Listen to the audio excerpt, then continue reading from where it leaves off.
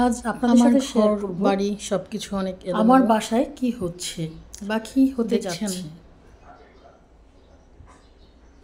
কেন এরকম এই বিষয়টি আমি শেয়ার করছি আপনাদের সাথে। হঠাৎ করে ভাবতে পারেন যে কোনো ধরনের বড় ধরনের সমস্যা হলো কি না। আসলে তেমন কিছু না, এটা হচ্ছে আমি বাসা পাল্টাবো। তো বাসা পাল্টানোর আগে যে কত ধরনের ঝামেলা হয় সেই বিষয়গুলাই শেয়ার করছি। এই যে কি কষ্ট, মানে বলার মতো না, অনেক অনেক কষ্টের এই কাজগুলো।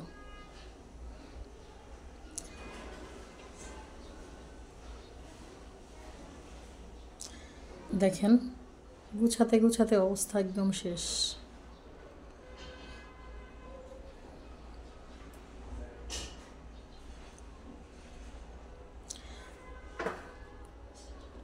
প্রত্যেক মানুষেরই আসলে জীবনে একটা ইচ্ছা থাকে, সেটা হচ্ছে নিজের বাড়ি অথবা নিজের ফ্ল্যাট। হ্যাঁ, আলহামদুলিল্লাহ আমি বলবো আমার দুইটাই আছে।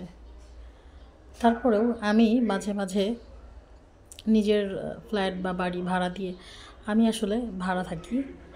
তাই আমি আসলে এই ভিডিওটা শেয়ার করছি। আমার শৌখিনতার যে কথা সেটা শেয়ার করব। আমি বাসা পরিবর্তন করি বা নিজের বাসায় না থাকার কিছু কারণ বা লজিক আমি দেখাচ্ছি।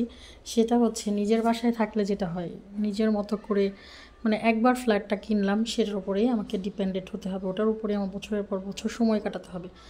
কিন্তু আমি সেটা পছন্দ করি না। আমি পছন্দ করি এক বাসায় মিনিমাম 5-6 বছর করে থাকবো, তারপর বাসা চেঞ্জ করব। কারণ হচ্ছে নতুন বাসা যত হবে তত সুন্দর লাগে আমার কাছে। আমি নতুন বাসা অনেক পছন্দ করি। তো এই বাসায় উঠেছিলাম, এখন এই বাসা থেকে আমি চলে যাচ্ছি। সব কিছু এলোমেলো, অগুছালো। আসলে প্রচুর প্রচুর কষ্ট করতে হয় যখন বাসা চেঞ্জ করতে হয়, এটা বলার মতো না। এবং অনেক অনেক জিনিস নষ্ট হয়ে যায়, অনেক জিনিস চুরি হয়ে যায়। তো যাই হোক, আমি আমার কথাগুলো শেয়ার করলাম। যারা বাসা যখন পরিবর্তন করেন অবশ্যই বাসাগুলো কেয়ারফুলভাবে পরিবর্তন করবেন, যেন চুরি না হয়, যেন জিনিস নষ্ট না হয়। এসব কিছু মাথায় রাখতে হয়। আসলে আমি যতবার বাসা চেঞ্জ করেছি বেশ কয়েকবার অনেক কিছু চুরি হয়ে গেছে। তো এত গুছানো, আমার ছেলে এখনও ঘুম থেকে উঠে নাই, ওর রুমটা আটকানো।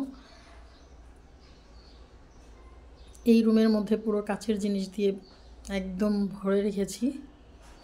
তবে মানুষ মানে যে কোনো জায়গায় যদি কিছুদিনও থাকে, সেই জায়গার প্রতি মানুষের একটা মায়া হয়ে যায়। অনেকটা আমার ওই মায়াটা হয়েছে।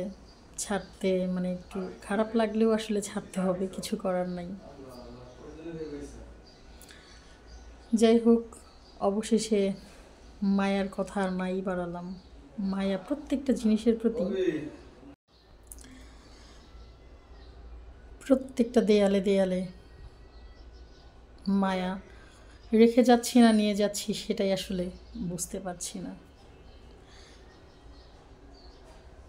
আশা করছি আমার নতুন বাসায় যখন উঠব, নতুন বাসার ভিডিও শেয়ার করব। সবাই ভালো থাকবেন, সুস্থ থাকবেন, আমার জন্য দোয়া করবেন। আল্লাহ হাফেজ।